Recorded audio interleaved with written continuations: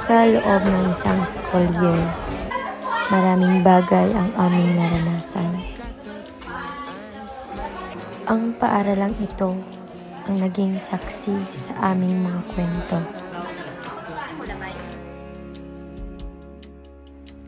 Mga kwentong puno ng saya, lungkot, pagod at pag-asa.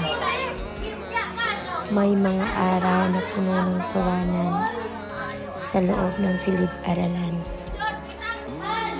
Mga simpleng biro, kulitan ng magkakaibigan. At mga sandali na kakalimutan namin ang mga problema. Pero hindi sa lahat ng araw ay masaya. May mga panahong mabigat ang pakiramdam.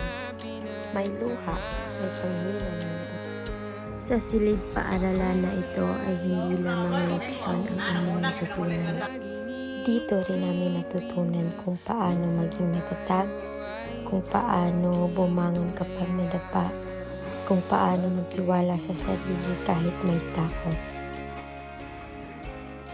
At sa likod ng lahat ng ito, may isang guro na hindi kailanman napagod umunawa. Isang gurong mapagalinga na handang makinig sa bawat hinaing at tumabay sa tuwing tensyon.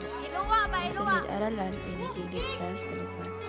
Isang lugar kung saan kami ay tinatanggap at pinahalagan. Ang school year na ito ay hindi naging madali, pero naging makabuluhan.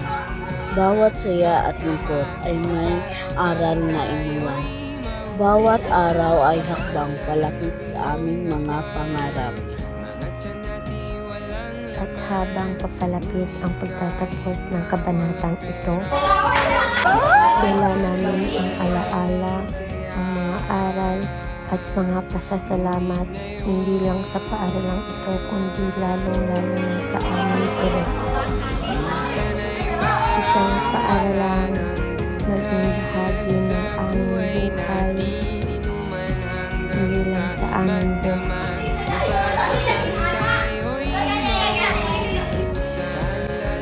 Pati na sa huling hininga ng aming buhay at magpakailanman.